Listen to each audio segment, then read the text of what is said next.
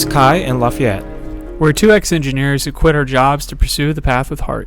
We believe that experience is fundamental to understanding life and its concepts. So our weekly podcast is filmed and recorded on location from various parts of the world. It's thanks to our Patreon members like you that we're able to produce this content regularly. We offer varying benefits based on your pledge amount, from full-length videos of the episodes to weekly streams. So please check out our Patreon page at patreon.com/thetheoryofliving. Subscribe, leave us some feedback, and please share with your friends. Yeah, we're live. Episode 20. Episode 20 already? Mm-hmm. Wow. If you've made it this far, you are a trooper, because it has been a work in progress, to say the least. Mm-hmm. But we're here.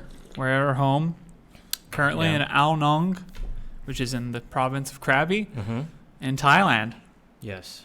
And speaking of Thailand, what's our topic for today, Kai? Thailand. Wow, okay, that was so predictable. Anybody could have guessed that. Yeah, obviously we talked about Thailand a little bit last time. We were talking about climbing, right? Episode 19 and 18 a little bit because of our dear friend Pong, City Monk Pong. And we haven't been here that long, but I think it's quite a good time to talk about Thailand in general. So we're not going to really get into specifics and details too much.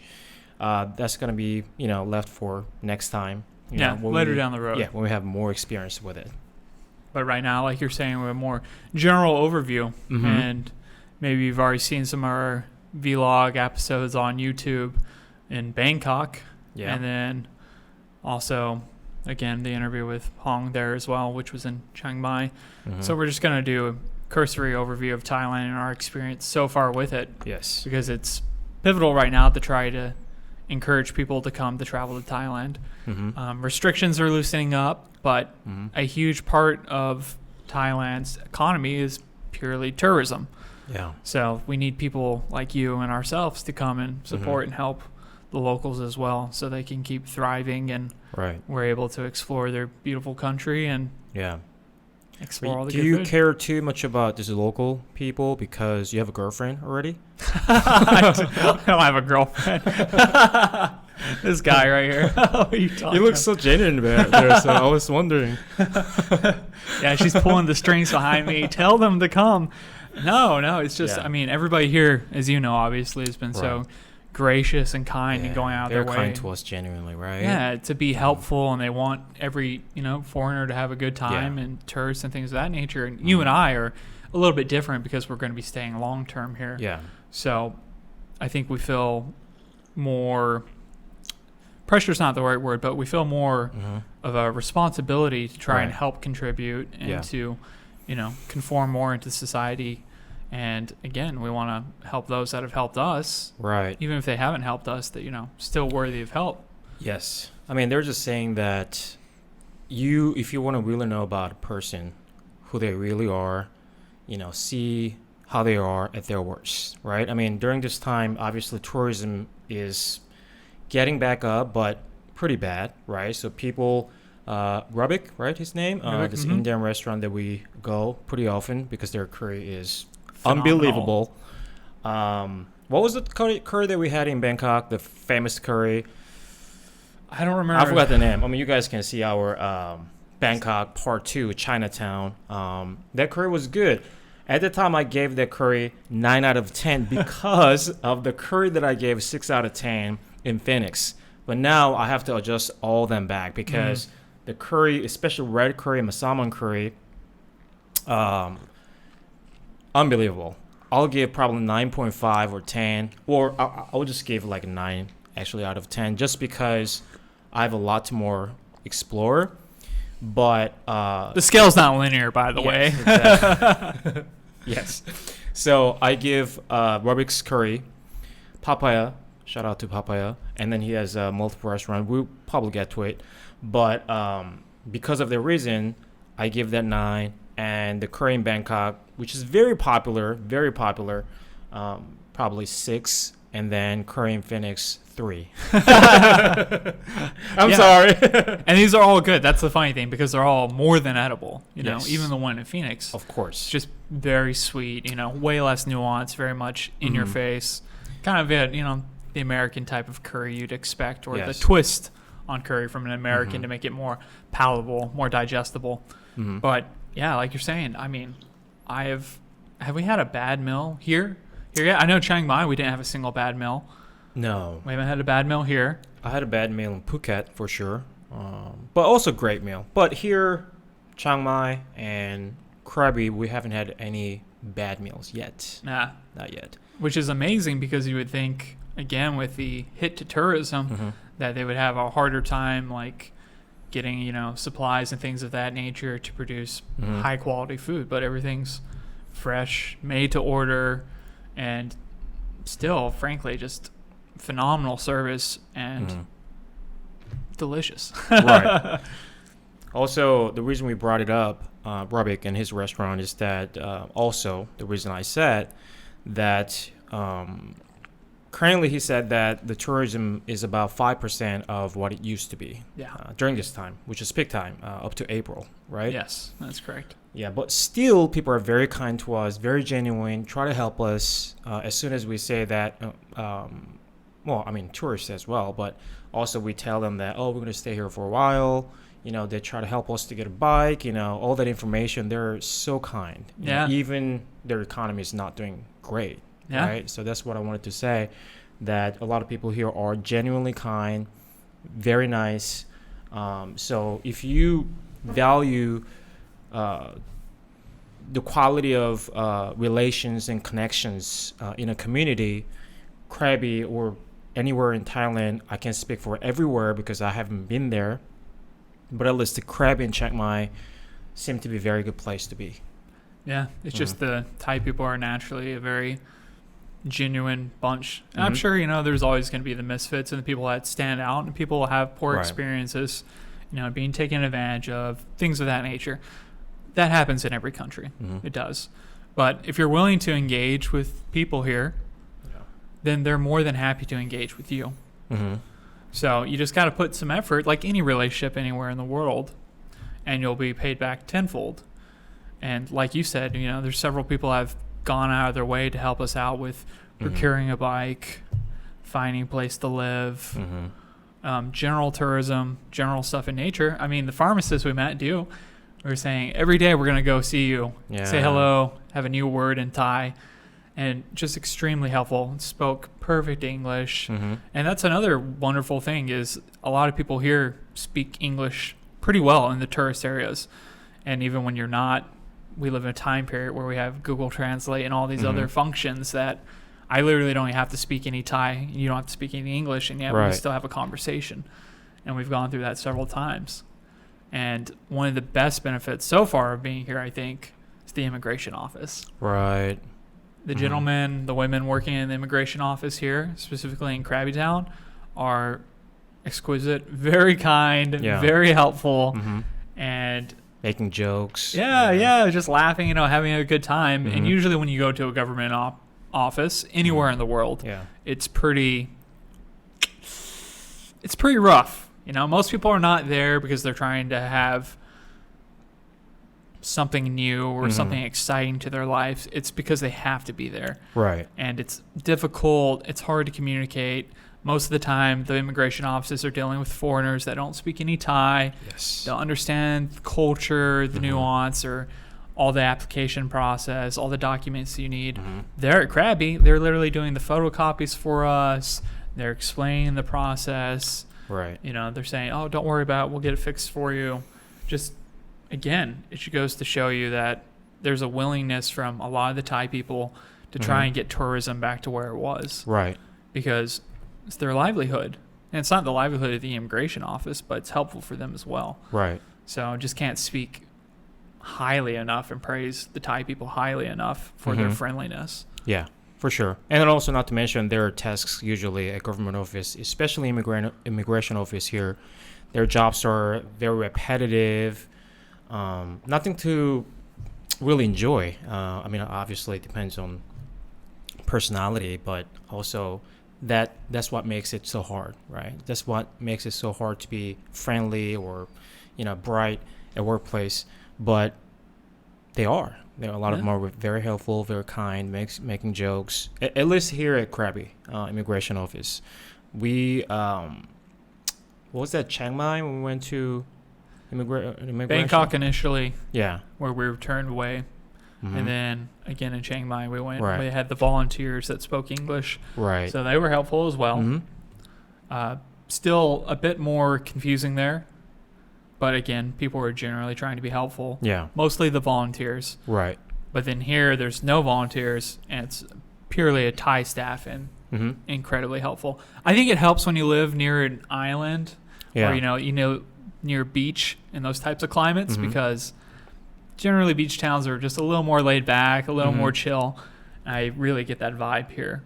So I think that just kind of breathes into the interactions. I think so, because we just went to Phuket, came back yesterday. We were there for 3 days. Obviously, was not long enough to experience everything there, but still felt like it's a big city.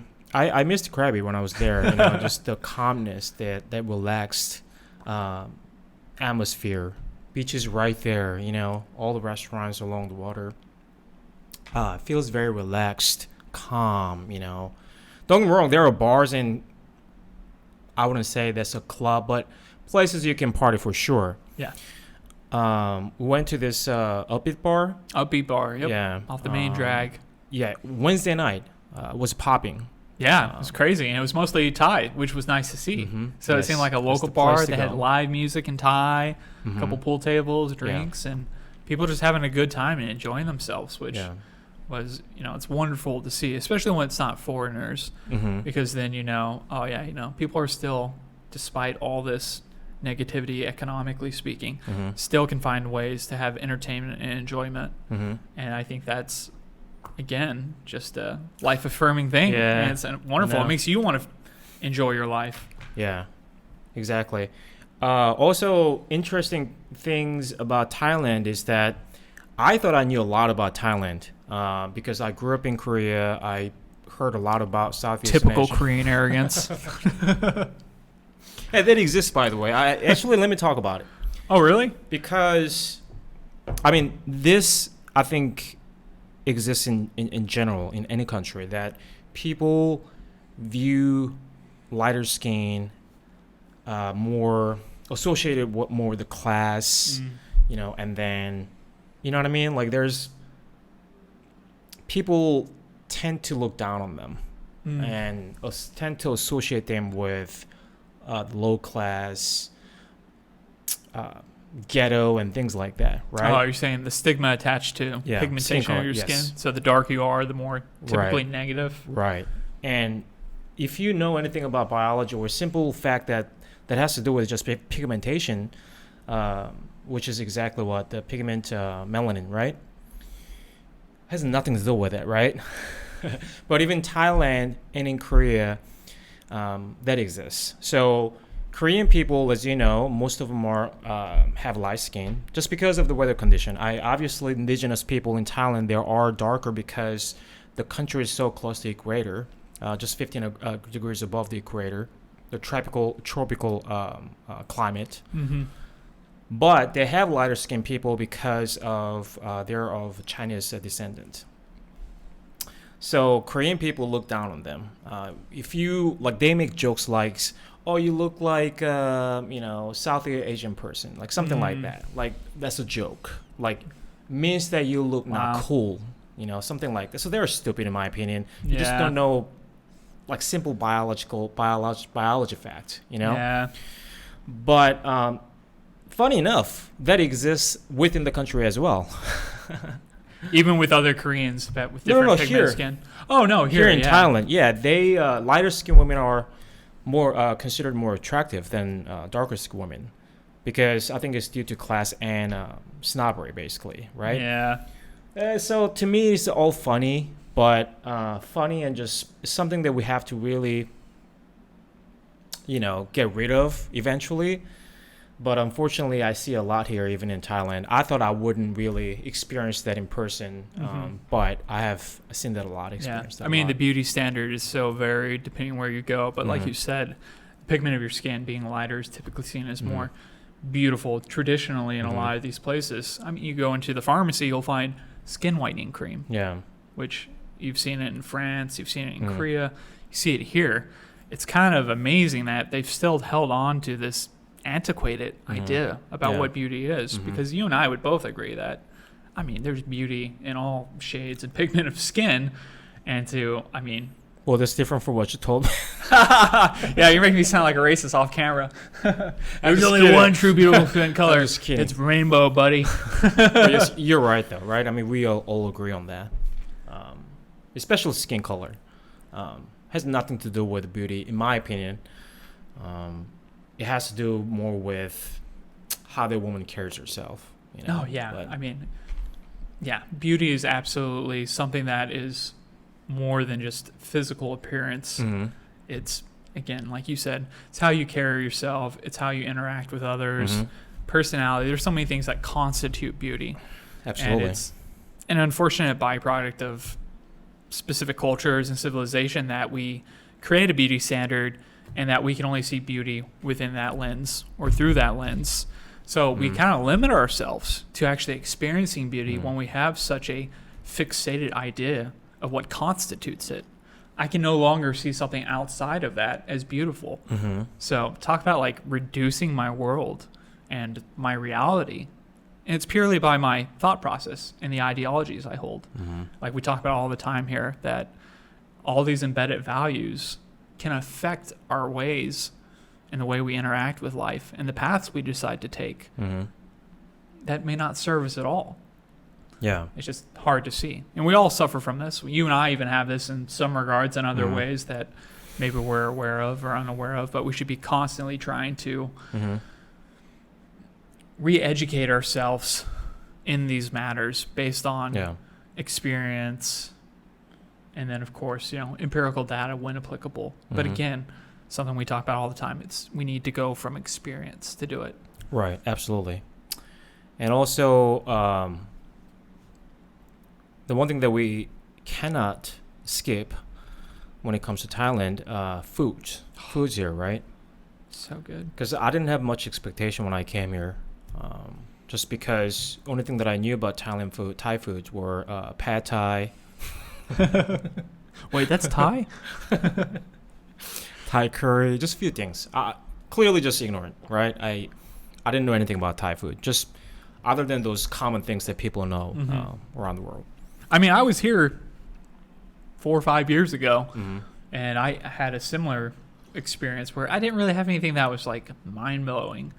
I guess that's because I didn't. Why do you think that is? You were here for, long enough. Yeah, I mean, maybe because it was just like visiting mostly touristy places, and I would order different things. Yeah. But again, maybe because there was just so much tourism at the time that there was maybe not as much attention on quality of food, or the places I just happened to go weren't the next level places because they were closer to the beaches, things of that nature. Whereas this time, obviously, we've gone on the off-beaten path. To try many different things. And while we haven't had anything necessarily bad, we've definitely had things that have been way better than the other things. Right. So I'm very happy for the first time to feel like I'm going to a foreign country and the food 9 times out of 10 is going to be delicious. Yeah. Whereas my experience in other places, like the food's different. It's not bad, but it's not like mind-blowing. But here I can definitely say the curry has been life-altering. I know. I love curry now. I know. Like I said, I've had so many different curries: Indian, Korean, Japanese, slightly all different. And then I came here. I mean, before this in Phoenix, that was my first time actually trying Thai curry, and that was even mind-blowing. Wow, this is absolutely different from all of the curries that I had tried. And then I had a curry here, Bangkok, right? Chinatown, famous curry. It was good, but it was, like I said, at the time I gave 9 just because it was different, and it was not. There was nothing about too overpowering in the taste profile. But then I had curry here, and I realized, okay, all those things are just not even comparable to this high quality curry. And I think there are a couple of things that I can talk about when it comes to Thai foods. One, subtlety. I think it's throughout all the Thai foods, if they're good, considered good. What I mean by that is that a lot of good places in America, even in the U.S., they have like very strong flavor among all others. If it is sweet, very sweet. The pastries and cakes, very sweet. I mean, one thing is just dominant over all others. But here, even the things that are supposed to be sweet, slightly, subtly sweet, but good enough. Like, it's not short, you know what I mean? Like, very good. Like, I love that. Like, they have moderacy in their food. Next thing about it, same context, the portions are so small. I mean, I shouldn't say so small. Portions are just moderate, just good enough. Yes, sometimes when we're super hungry, we have to have 2 meals, but it's good enough. It's never too small, never too large. Let's be honest, like American foods are too goddamn huge, right? Yeah. But their portions are just enough. Like you can never overeat it with just one meal. Yeah. Unless you have like multiple meals. Oh yeah, it would be very difficult to overeat here if you have any type of moderate exercise. Yeah. And you get that because you can walk everywhere here, which is interesting because most people don't walk anywhere. Yeah. But I agree. I think the portion size is refreshing to see because you and I, we moderate and modulate our food based on our fitness goals, health goals, longevity, blah, blah, blah. So we're already in the habit of doing that. But it's absolutely very nice to go out and not have to worry about, is that going to be too much food? Yeah. Because I don't want to take home food. I just want to be able to eat what's in front of me. And you never think about ordering another meal unless you're starving, or you never think about, is this going to be too much? Am I going to overeat today? You just order your meal, you eat it, and you feel satiated. Yeah. You feel full. You feel good. And even if you want dessert, like you said, there's a subtle sweetness to it that keeps you coming back for more. Yeah. But again, you don't get that huge sugar rush and then the crash that follows. Typically, with what you would get somewhere in America or maybe some other countries that... Come on, America. Pull it together. You could do this. But yeah, I find that very enticing when I go out to eat. That I can have a dessert that's not going to break the bank. Yeah. As far as like calorie count, health, or financially speaking. It's very nice. Yeah. I think that aligns with their personalities too. Thai people's that moderacy. They're not, maybe there are some, but from my experience, they're not really greedy, about anything. I think that translates to their food culture as well. Seems to be. Yeah.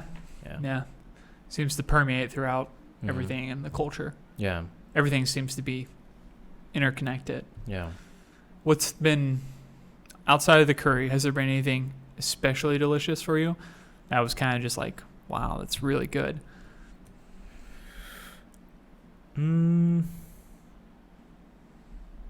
Not yet. Just because food quality here is very high, it's kind of hard to pick one thing that is mind-blowing to me yet. Just because, I grew up eating a lot of Asian foods, so nothing crazy to me. Yeah. Curry was the only thing that just blew my mind. Yeah. Well, you haven't been blown away by the amazing beer selection yet? Let's talk about that, actually. So that's one bummer in Thailand, for me at least, because I love beer, especially strong beer. So let's start with that. It's hard to find. Well, let's start with the selection first. Their selection of beer is very small. Almost anywhere you go, you have to find a beer specialty place, which is hard to find. Maybe in Bangkok, easy to find, but here in Krabi it's hard. Most places just have Thai beer. Maybe if they have another things, that would be just famous Western commercial beers like Heineken and Budweiser, which I have no interest in drinking. No. So Chang. By the way, all the beers are named after animals. Chang, elephants.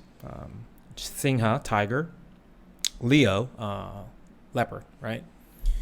Among all those, our favorite has been Singha. Yeah, for sure. Just 4.8% alcohol percentage, I think. Very low. Very low. But we love it. We just drink it like water, honestly. Like, it's not even alcohol anymore. Yeah. It's just refreshing.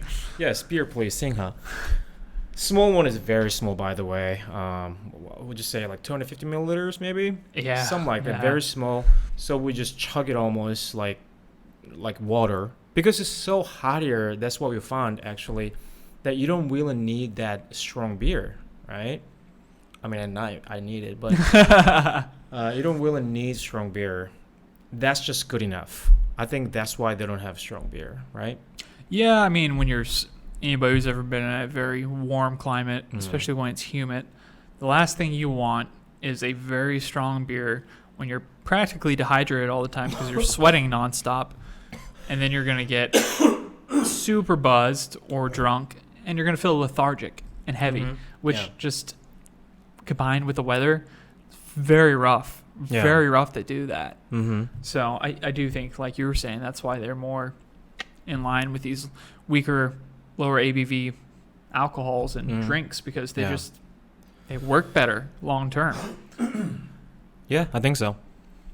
So, but I still miss some strong beer sometimes. I do too, but you know me lately. 3 drinks and I'm sick the next day, even though I don't get even drunk or anything like that. Now I'm thinking about it. Maybe it's because of the weather. I don't know. Like maybe possibly. that has some effect. Yeah, maybe I'm not drinking enough water. Not staying hydrated enough.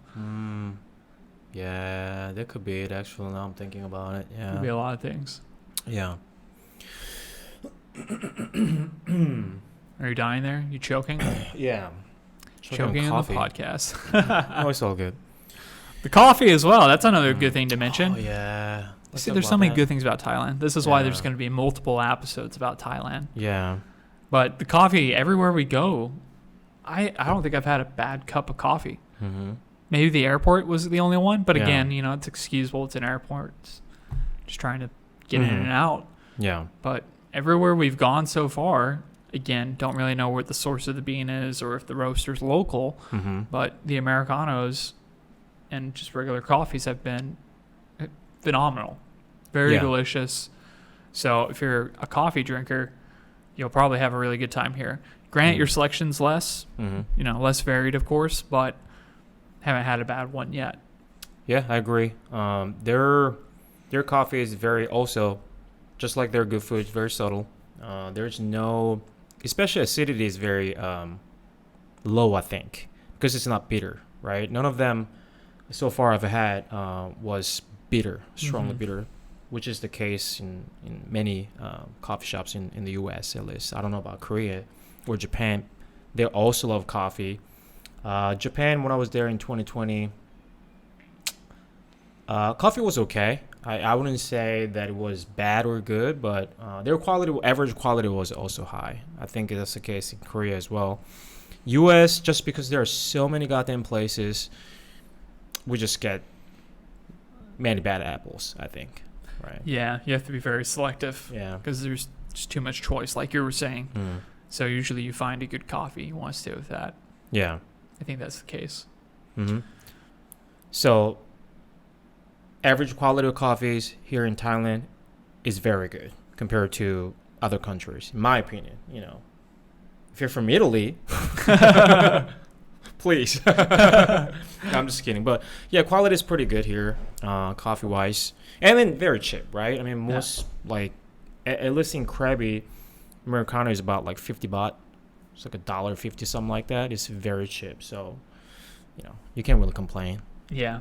I mean, that's another good thing to talk about. We're basically giving people a checklist of reason of why to come visit or come stay long-term like us. So, also, are we staying here long-term? Oh, that's the plan, you know? Okay. Well, maybe he's leaving. I guess I'm staying. I don't know what's happening. Because I don't have a girlfriend and you have... What girlfriend is this? I don't even know her. But yeah, we're staying here for long term for now.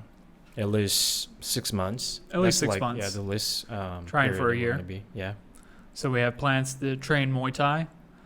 And education visa. Education visa. If you didn't know, that's one of the ways to get an education visa. Yeah. Language, cooking, Muay Thai. Yeah. One of the three. And then you can also go to a university, a legitimate university, to study whatever they offer. Yeah. So agriculture, other things, biology, blah, blah, blah. Traditional university type stuff. So since we've got that covered, one of the other great things specifically about the area is the vastness of the nature here. I mean, absolutely. Coastline, it's completely green. You have these huge, beautiful limestone cliffs just protruding from the ocean, just covered in jungle. And it's, I mean, go watch some of the reels that we've posted, some of the stories. Absolutely gorgeous. It's breathtaking. It's hard to believe that's our front yard, our backyard, and we're surrounded by it. Yeah. And it's also accessible very easily. It's something you need to see in person. I can't reiterate that enough. Yeah. Because, again, the pictures and videos just don't do it justice. And they're beautiful. Like, don't get me wrong. Even when I look at the picture or a video, I'm like, wow, it's gorgeous. That's pretty good representation. Yeah. But when you're there, you're on a boat or you're swimming in the ocean and you come up and you see it, or, you're riding on the bike and then you hit the horizon and you see these beautiful things. Right. You're just awestruck. Consistently awestruck. I don't know if that's ever going to go away because it feels the same way when the first time I saw it. Yeah. So if you're looking for just grandeur and majesty, this is definitely a spot to come. Yeah. Because not only do you have access to all this beauty, you have a whole bunch of activities. We were saying before, this is similar to kind of California. It feels like you've got mountains in the loose sense of the word. I mean, they're mainly just limestone cliffs. You've got skateboarding if you really want to do it. There's a skate park here. Yeah. Crazy. You can surf, apparently. I hear the surfing's better in Phuket. Oh, really? Yeah, that's what I hear. There's actually pretty good surfing there. You can go to school for surfing as well. Okay. Not for the education visa, but, privately. That'd be sick. There's snorkeling. Really good scuba diving. Multiple areas. There's rock climbing, obviously. Yeah. Which we've got to do. Yeah. We've done a bit, but we're going to do a whole bunch more. Yeah. There's Muay Thai. There's cooking. There's walking on the beach. Yeah. There's hiking through the jungle, so trekking. There's just a whole bunch of things and options here to do. I mean, the only downside is that, it can be hot some days, but you just either go in the morning or wait till the evening. Or just, I don't know, who cares? It's a little hot. Bring a little more water with you. Put on some sunscreen, put on a hat, and you're good to go. Yeah. Not a big problem, honestly. Yeah, I mean, it hasn't stopped us yet. Yeah, I mean, all that actually. Also, what makes Krabi a little more special is climbing, right? There are a lot more climbings in Krabi than any other areas in Thailand, as far as we know. Yeah. It's one of the spots that climbers come from all of the country. Yeah. Dirt baggers come here all the time. Not only this country, from all around the world, because it's so affordable. Yes. And then the season, it's got a long season. Don't get me wrong, it's not like ideal conditions if you're looking for the hardest climbing in the world that you can perform, but it's an adjustment period. People still climb the hardest things that are here, that live here. So it's just hard to beat. What place in the world can you, in the same day, go train Muay Thai and then walk off to the cliff over the ocean, over the beach, climb a few pitches, and then go for a swim in crystal clear water. Yeah. And then have fresh seafood. There's not a lot of places in the world you can do that at an affordable price, too. Yes. So, this is like a climber's paradise. Yeah. There's a bit of everything. I mean, not trad or ice climbing, obviously. Maybe there's some trad I'm unaware of, but there's some bouldering, but primarily sport climbing. So, just beautiful. Rayleigh Beach, Tonsai, which is literally just a short 10-minute boat ride for us. Yeah. And we're there. We have access to all of it. Yeah, I mean, we've been here for how long now? 3 weeks now? 2 weeks? 2 or 3. 3 weeks. We've lost track of days. Well, we've been kind of busy to do the paperwork for staying here longer, finding a gym. Because not all Muay Thai gyms offer education visa. So that's one thing that you need to know if you want to take that route. And also we need to get a bike, because here the main transportation is bike. So you already got one. You want to talk about it? Like, you love it. Yeah, I got a motorcycle yesterday, just 250cc, so good starter bike. You don't need anything powerful here. Yeah. You know, most of the scooters are 110 or 125, small engine, nothing serious. But like you're saying, you need, ideally, a motorbike or a scooter to get around. It just makes life so much more accessible, and you're able to get around. The streets are very narrow, so a car is not ideal. Doesn't really make sense. Yeah. Like, it rains a lot, and we've been caught in the rain several times while we're driving. It's fun. Yeah, it's fun. Yeah. And maybe this isn't the best place to learn, you know, how to drive a motorcycle or a scooter, but honestly, it's like riding a bicycle with just a little more things. Yeah. You just need to be more cautious, though. Yeah. Because it's powerful. 110, it sounds like nothing compared to cars, but it's powerful enough. If you're not cautious, you can get, get hurt. Yeah, absolutely. And one thing that you need to know about motorcycles here is that people drive quite aggressively, because there are more motorcycles than cars on the street. Maybe not in Bangkok, obviously, the big cities, but here in Krabi and other small cities, you will see at least equal numbers of a number of motorcycles, right? Oh, so they just maneuver very dangerously, so you got to be careful with that. So if you come here for the first time, you need to get used to it. But now, the side is also different too, right? The driving side is different from the U.S. So here, the left side is going forward, the other side is the other direction. But so far, so good, right? Yeah, I mean, you catch on pretty quickly. Yeah. And maybe we're fortunate because it's not busy tourist season because of COVID, so we don't really have to worry too much about that. But yeah, you got to keep your wits about you, which you should be doing no matter what. Right. Remember in Bangkok, we were riding in a taxi, and we look over, and this guy's watching YouTube as he's driving his bike. And I mean, it's like there's only maybe a foot and a half between him and like the cars. Like, he's in between. He's just riding his bike, watching a YouTube video. I know. And somehow, I'm sure the statistics, I'm sure there's a lot of accidents and things of that nature, and people getting injured. Yeah. Very high number. That's what I heard. Yeah. But surprisingly, it's just kind of the way of life here that people find ways to still get their entertainment while driving. Yeah. The price, if you want to rent it, the price is about like anywhere between 200 and 300, I think, right? Depending on the cc of the bikes. But it's pretty affordable. Yeah, so that's about, $7 to $10 US dollars per day. Per day. Per day as in like 24 hours. Yeah. Most places. Not by date, basically, right? Yeah. So it's affordable. If you come for vacation, rent a bike for week, 2 weeks. Yeah. You can work out some negotiations. So it's a little bit cheaper as well than that per day cost. But again, if you're just coming for a short stint, you're probably going to have a spot close to the beach, walking distance to everything. May not be necessary for you. But I would still recommend doing it because it just gives you that much more access to Thailand and to different places that you didn't have before. And again, it's like riding a bicycle. Yeah. Anybody can do it. I mean, I know people that have been hurt. But again, you got to take some risks to get some advantage. So it's one of the upsides, maybe the downsides of it. Yeah. Oh, the funny thing about riding motorcycle is that people wear masks but without helmet. But you get fined, right? So people rather get not fined than getting hurt. Yeah, then protect their noggin. Yeah. It's so strange. But that's what most Thai people do. I'm not talking about even foreigners. Let's talk about that, actually. I think we talked about it a little bit. But foreigners really do not wear masks here. It's on the street. It's very...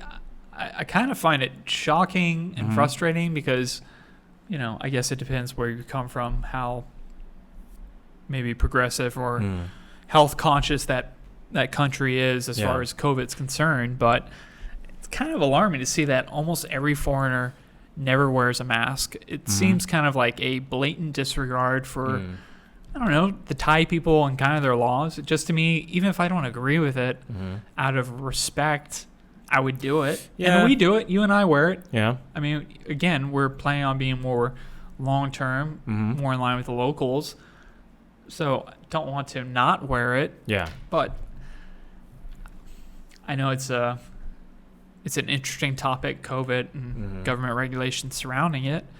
But I would just advise you to be respectable when you go somewhere. Just like if you're going to the temple, wear the right attire. If you're going to a different country that has a law surrounding it, you know, maybe wear your mask. And there's locals that'll tell you, we're not worried about it. You know, we don't care. And again, maybe it's not that big of a deal, but yeah, I mean, obviously, it's not really whether or not you should make the decision on a scientific basis, right? Because we all know by now that in sunlight, the virus really can survive.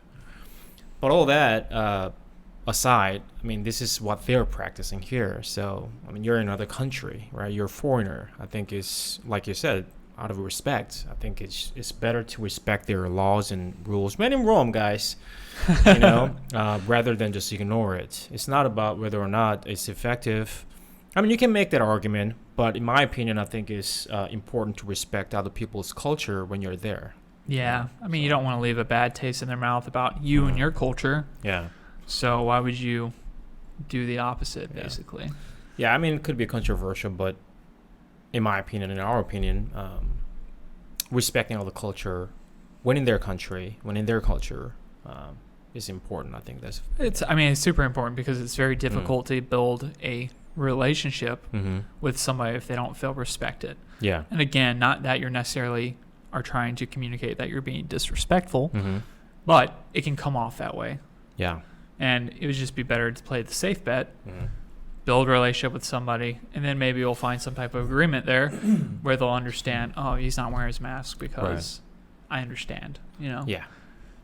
Whereas somebody can just immediately make a judgment against you. And again, you shouldn't always be worrying about people making judgments against you, but you've got to use your own common sense. Right. And, you know, as a tourist, you should also try to just be respectful of the land, the places you go, because it could be tantamount similar to littering. Like, oh yeah, you're just going to come to this country and take advantage of its beauty and blah, blah, blah, and not worry about any of the laws or regulations. Just because you're a foreigner, you can leave. Yeah. Or you can afford to pay the fine. Right. Like, dude, that's not cool. Like, just because you can afford to get out of it. Yeah. You know, it's a little... Yeah. No, it's extremely rude. It's not even a little bit. So yeah, I agree. Just, you know, be conscious of yourself and others. Yeah. I think... speaking of respect, one way to show your respect is to maybe learn a little bit of Thai before you come here. Right? At least, you know, being able to say hello, thank you. Would it be like bare minimum? I think. Right? Yeah, I mean those are very easy. Just like Spanish, there's gender, by the way. So hello is to man, sawadee right? To a woman, sawadee. Yeah. It's a ka and Cop. So differences there. Just again, nobody's gonna berate you or be upset if you misuse the words or even if you don't use them at all. But I think it is when you use more than just those words to tell. You know, if you're gonna ask somebody like, "How are you?" You know, savade mai, things like that. There's an appreciation. You can tell, like, oh, this person. Oh, you know, that's more than thank you. Yeah, you know, so it seems a little more considerate. And you'll probably get, again, you already are treated nice, but somebody might feel a little more happy to serve you or help you out just because they feel like you're putting interest and time and effort, into their language and their culture. Yes. And there's a great appreciation. Just like you would appreciate somebody visiting your land, trying to communicate on your terms and, you know, through your understanding. And then also another thing is that Thai language is tonal language. Chinese by far the most spoken language, tonal language. They have the standard Mandarin has 4 tones, but I was told that if you go different regions and dialects, there are multiple tones. So I think still Chinese is has most tones in their language, but Thai has 5 tones, guys. That's a lot. So, which makes it typically monosyllabic differentiate them, right? Because of the tones. So that's why you when you hear Thai language, it's like there's a flowy language because of the 5 tones they have. I didn't know that. I thought, like I said, I thought I knew about Thailand, but I didn't know they have 5 tones, one more tone than Mandarin. So I was very surprised by it. I had no idea when you told me that. Yeah. I mean, you can hear it. You can hear the different tones, but I never. I just thought that was how they spoke. Yeah, that's what I thought too. Had any connotation or meaning associated behind tone. So it's kind of very surprising. Makes you look back on all those conversations you had. You're like, oh, maybe they weren't being nice. What else? Do you have anything you want to talk about? Well, this will be our new podcast location for some time, unless we decide to move somewhere else. But I think we're going to stick here for at least 3 months, and then get a feel for the area. See if we like one spot in Ao Nung more, or Krabi in general. If you have any interest in a tour of the place, please let us know. It's beautiful. Yeah, and we'd love to show you or help answer any questions in regards to Thailand. I've been answering some of them on Reddit right now, the Thailand tourism, just trying to give people some information because, again, you and I have gone online to find information to only find out there's contradictory information in person when you go get something done, or what form or what app exists, or et cetera, et cetera. Tons of incorrect information or information that hasn't been updated just because COVID's changing rapidly. Things are done a little bit different regionally between immigration offices. So, we'd love to answer any questions or comments on that. Yeah. And we're actually here now, so if there's something you want to be seen, done, or interested in, as far as the vlog's concerned, whether it be food, adventure, sport, or otherwise, please let us know. We've got quite a long list of personal things we're trying to accomplish while we're here. Yeah.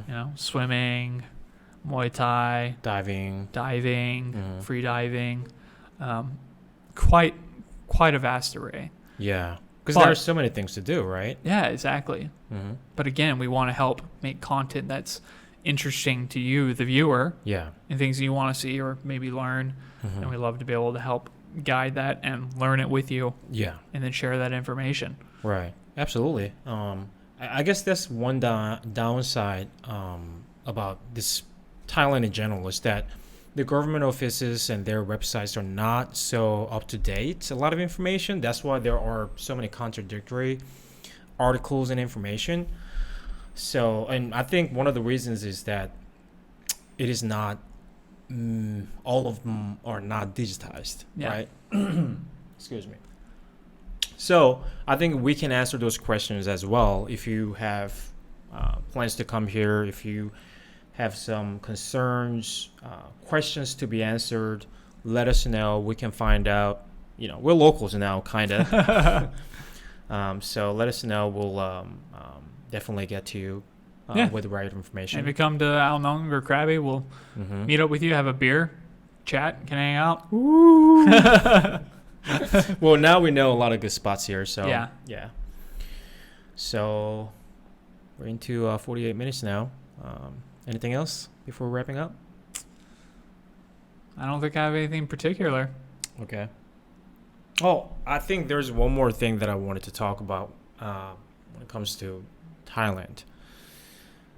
Transgenderism, right? Very, very prevalent in Thailand. Ladyboys. Is that what you're referring to? Yes, offensive term. What? That's what I was told. That is a very offensive. Who told you that? Some people, some articles. Yeah, I don't know if it's offensive because they claim themselves as ladyboys. Yes, just because I don't know, but that's what I was told. But transgenderism is in general is very prevalent in Thailand, and we were very curious at first. Why only in this country, right? I looked into a little bit. And it seems to be associated with religion, Buddhism itself. So they consider sinful as well, just like any other religion. But the difference is that they consider it congenital. meaning that they accept it. They see it as something that you cannot change. So it's more acceptable. I think that's why the transgenderism very prevalent in Thailand. I wonder when it became culturally acceptable, because it seems something that's been here for a long time, at least. But I would definitely. We'll have to talk to some people. Actually get a real. We tried. Just we couldn't get right answers from those people. Yeah, they seem to. Yeah. They have differing. More ideological based opinions rather than experiential. So we'll have to talk to a lot more people, I think, to have a better, more well-rounded. Yes, because obviously Thailand is not only country with Buddhism. Right? Buddhist country, basically. India, China. I don't know if I can call China a Buddhist country, but I think I can. Yeah. China, probably the second biggest place from India that Buddhism had become very big, right? So, but we don't really see that transgenderism in China and India that much as we see in Thailand, right? Yeah, I wonder how much of that has to do with the government having a specific way you're supposed to, maintain your image, right? Because to even step out, specifically in China for a long time, right, in certain dynasties or regimes, right, was punishable by death or otherwise, right? So it's a complex issue that we'd have to look a lot more into, because I think it's probably not as simple as meets the eye. Yeah. The only kind of difference is that the sex industry in Thailand is very big here, because since especially the Vietnam War period, when the sex industry became very big because of American soldiers going through Thailand to Vietnam. It became their entertainment, basically, district. And I think that contributed a lot to the blooming of transgenderism, which is part of the sex industry. Yeah. But, I mean, I wouldn't know, for sure. So, I mean, that's something that I like to... Yeah, I'd be curious to know. Yeah. I mean, it's a big part of the culture and just your everyday experience. I'm very just curious why that's the case, But yeah, I think that's about it today. Yeah, I think so. Yeah. Well, so please, as usual, leave a review, a comment, a question, a like button, and we'll get back to you. So until next time. All right. Bye, guys. Bye. Thanks for joining us this week. We hope you found some value in this episode. Please check out our Patreon page at patreon.com/The Theory of Living. Subscribe, leave us feedback, and share us with your friends. Get out there and design a theory that calls you to experience. We'll see you next week. Thanks.